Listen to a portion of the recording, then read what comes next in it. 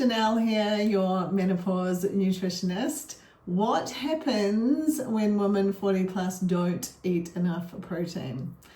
Carrying on from my free protein challenge that is going this week. It is not too late to join.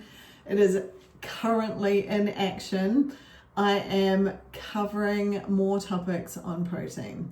And this is sparked not only because I haven't checked today's numbers, but there were 700 yesterday that are signed up currently doing my free protein challenge. But also I was today talking with some of my ladies after swimming, and I just realized I just had a few light bulb moments as we were having some conversations. So I want to discuss a few topics with you, hopefully, and my whole purpose here is to help you understand more. Education is power. When we know better, we do better. And that is actually what the Free Protein Challenge is about. That is what my Thrive programs are about, educating you. Because, quite frankly, like my Thrive program I put together because I needed that myself. I had to stumble around for like years trying to work out how to feel better. And my program is designed to like quick track that for you, fast track it for you, so you don't have to go through the same painful process I had to, trying to work things out. And honestly, like as a health professional, I feel like right now on social media is more confusing than ever. Like it's never been more confusing. You have doctors not agreeing on certain research. You have all types of conflicting information. And I know a bit more than the normal person, and I'm still like, so I get that the average person really would find this a minefield at the moment. So I'm trying to make it easier for you. And I truly do believe, and this is why my program is very education based, when we understand, it's way more motivating for us to make those changes. Because generally, if you're like me, finding yourself in a mess, or you just don't want to be in that boat and you're getting in front of it, I had to relearn. I had to change a whole lot of things, like a lot. And in my program, we cover a lot of topics, like a lot.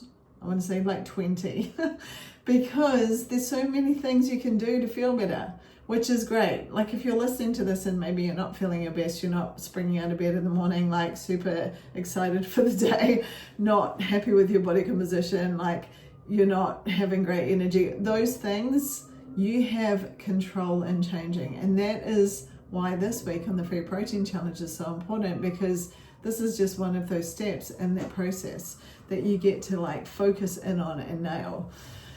So I'm going to discuss some of those points today. Like what happens when we don't hit our protein goals? Well, firstly, the common signs that you're missing your protein.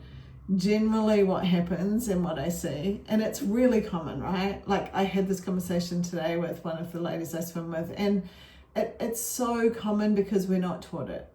And so when we don't know something, then how are we meant to, we just don't, we miss the mark. So generally when we're missing our protein, what happens is, firstly, our body wants protein. So when we miss it, we actually just end up being hungry all day. It doesn't matter what you eat. If you're missing actually your protein requirements, and we know 50% of women are only eating 70 grams of protein a day, you will just stay hungry all day. And that generally is not what anyone listening to this wants to be. I hate being hungry. I just hate it. I don't know about you, but it's not good for me. So generally, we're hungry, nothing's satisfying. This is what causes the cravings, because our energy is dependent on whether our macronutrients are balanced. So that means if we're missing our protein, one of those macronutrients is not being met. And so we're then obviously over consuming carbohydrates and fats, but that protein is like not balanced. And when that protein's not balanced, it means our blood sugar is not stable. That's what causes like the fatigue and the low energy and the waking up tired, and tired leads to no motivation, and usually it affects your sex life, and muscle loss. So muscle loss, we know actually now, and also with your fat loss journey, because I'm not going to lie, most people come to me because they want to get rid of the belly fat and they want to grow some muscles and they want to change their body. And I get that, because that was me too. But we know if we're not sleeping well, that affects our fat loss. Like, as important as knowing how many calories you need to eat. That's how, like, this new program I'm about to launch, I am doing a whole new fat loss module. The research in it, honestly, this is why it's so important, the education piece, because when you understand these things, you prioritize things very differently. You make sure you get yourself to sleep if you know it's going to affect your chance of getting rid of the belly fat, right? So this is why these things are so important to know. But yeah, it affects your energy because your blood sugar's off. And when our blood sugar's off, what happens is we have these rises and falls. Now, when we have a fall, generally that's when the cravings kick in. So this is why it's so important. It is so important. And like this morning, I was having a chat with one of the ladies and she goes, yeah, I've been really trying, I've been having an egg for breakfast. And then I had to break the bad news to her that one egg is 7 grams of protein. 7. And like, if me over here, I'm trying to hit 150 grams of protein a day, and breakfast I've only had 7, that's a lot more for the rest of the day, right? So my breakfast today was more than 40 grams. So that means there's a big chunk ticked off the list. So this is why, and so, I get, even having this conversation this morning, when we don't understand where the protein is and how to do it, it then just cascades, and then another day's gone and we haven't hit it. And that means our muscle mass is affected, our bone density is affected. And when you circle back to what I talk about a lot, my focus now is really educating women about the current statistics for aging, and they are not pretty. And my goal is to help you change those statistics, because I'm changing them for myself. But my goal is, like, anyone that works with me, anyone that does my programs, you are going to know what those statistics are, because my job as a coach is to help you not be one of those statistics. When you're 65 and you fall and break a hip, your chance of dying in the year post the injury is 50%. I do not want that for myself. And if you're listening to this, I'm sure you don't want it either. So why does protein have to change in perimenopause and menopause? Because of that. As estrogen drops, we lose that protective, estrogen is like a protective mechanism that protects our muscle and bone health. Muscle and bone health are like this, right? They're best friends. And if you are losing muscle, you're losing bone density as well. It just goes hand in hand. So it is so important, and that's why resistance training is so important. But protein is the menopause nutrient because it helps build muscle. And so it is a non-negotiable. And, I talk about this. This is the basis of my program, is creating non-negotiables for yourself. Non-negotiables, so that creates your lifestyle. And when you have non-negotiables like me today, it's winter here in Brisbane, and I never feel motivated in winter to get up and go swimming, but it's a non-negotiable. So I'm not questioning it. I'm putting my togs on and I'm going to the pool because that's what I do. It's a non-negotiable. It's part of what keeps my heart healthy and my bone, my body, my muscles strong and healthy. So what are some examples of what high protein looks like? Well, I will give you, if you're not doing my free protein challenge, I guess a rundown of what the meal plan looks like this week. We are having protein yogurt bowls for breakfast. So easy. So I have chosen recipes that are so easy because I know people are time poor, and this is probably the biggest objection I get, is that I don't have time. I'm so busy. Like, I hear it like constantly. And this is me being a good coach here, but I have to call everyone on this, because you are going to eat anyway. It's not like you're too busy so you're not going to eat all day. You're going to eat anyway, so you need to eat and hit your protein. And so there's no ifs or buts about it. You just need to fix your food. And once you do that, when you're eating the right food.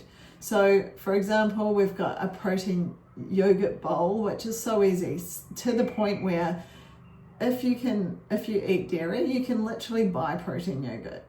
I have to add protein powder to my coconut yogurt because I don't eat dairy. Still, it takes 30 seconds. So there's nothing hard about this. It is not a hard breakfast to prepare. Lunch is, we are having the viral cottage cheese beef bowls with the hot honey. Same thing. It's basically taco mince, sweet potato, avocado, and cottage cheese drizzled with hot honey. Like there is nothing hard about it. Anyone, my 10-year-old niece could make that. Like, it is not hard, and it doesn't take a lot of time. It actually tastes delicious. If you haven't had it, you're missing out. It's really quite incredible. And then for dinner tonight, it's actually not tonight, tomorrow night, because the challenge is designed for you to build up your protein so you're not overwhelmed. Tomorrow night though, we are having chicken taquitos, which are these like so yummy. If you have had Mexican food and had a chimichanga, it's like a chimichanga, but a chimichanga is like a burrito that's deep fried. This is like a burrito, but it's baked in the air fryer, so it's super crunchy, and it is so delicious. High protein, doesn't take long to make. Some of the ladies in the challenge have already made some, and they love them. They're really good. They're really, really good. So that's an example of some of the food we're eating this week. And like I said, if you are listening to this and you're like, what's this free protein challenge? Why am I only hearing about this now? Or maybe you've heard me talking about it and you have been using the I'm too busy excuse. I'm calling you out on it. I'm sorry. Like, here's the thing. When you actually prioritize some of the stuff, and that means yourself, right? Me eating high protein is prioritizing myself, because my goal is to change those statistics. So that I'm prioritizing myself. If I don't prioritize myself, I won't change those statistics.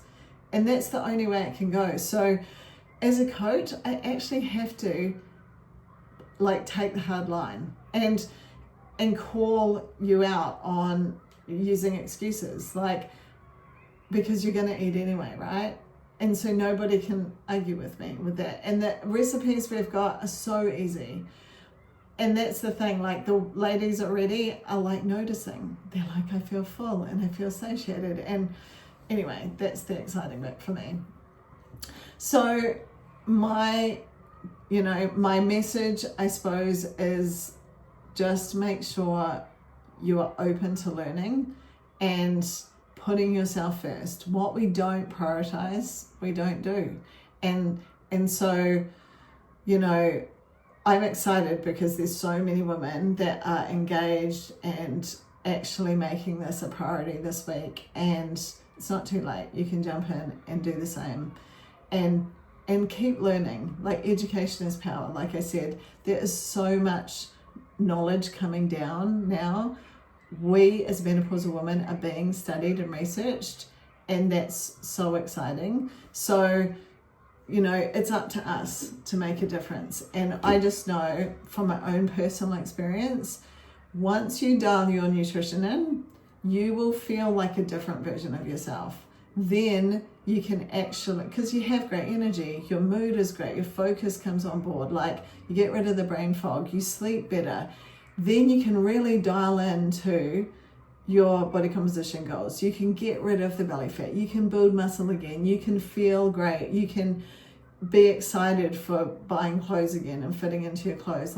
All of that stuff is there. You just have to make the first step and prioritize yourself, because you're worth it. And I suppose, is my message for you today.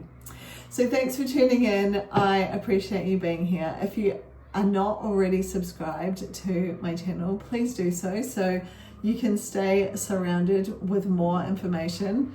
The more you know, the better you can make good choices.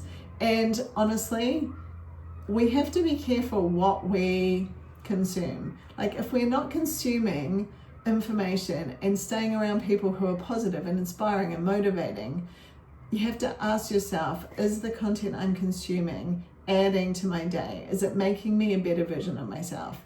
That is what my mission is, not only for myself.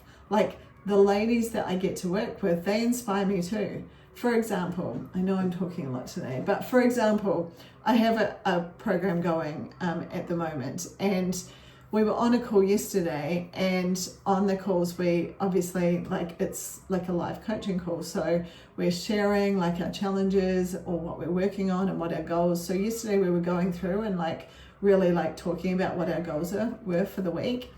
Now, one of the other ladies also, she was like, I'm trying not to be on my phone for like an hour in the morning, and then like when I wake up, and an hour at night before I go to bed. And I'm like, I'm trying to do that too, but I'm not doing a very good job of it. So I'm going to hold myself accountable, and we can do this together. And she's like, amazing. And she's also doing, like, everyone had different things they're working on. Actually, just about everyone. Like, one of the others was like water, and I'm like, water can be my thing as well. Like, I'm just like telling you that it's easy for me to miss my water. And I do have some like tools that everyone, like, I use them as well to help you work out what you need to prioritize. So those tools are obviously on hand, and I remind everyone to use them. But another thing was, I have got out of the habit of journaling, and so I become a better version working with you as well, because that was another thing. I'm like, okay, I'm going to get back to journaling. So this morning I got up, I didn't go on my phone, I went down and I did my journaling with my tea, and it was a great start to the day. So anyway, that was just like a little reminder to be careful with your content. And if you find yourself feeling inspired and it's exciting for you to learn more across this journey, then stay connected, subscribe, so you'll get updated on my videos, and we can be great friends along the way. We can be friends at Menopause, part of my menopausal tribe. I would appreciate that. That would be amazing. So if you have any questions, please drop them here in the comments so I can converse with you. If you are interested in joining my Thrive program, it will open, actually, is it next week? It's next week for the June. It starts June 2nd. So if you're interested in mastering your nutrition and lifestyle, my June program will open next week. So stay connected. I will let you know when the doors open for that. It is so good. It is just perfect. And if you feel like you want to stay up to date with the current latest research and just learn all the things, then that's the place to be. Super fun, and I would love to get to know you more. Have a great rest of your day, and I look forward to talking to you next time.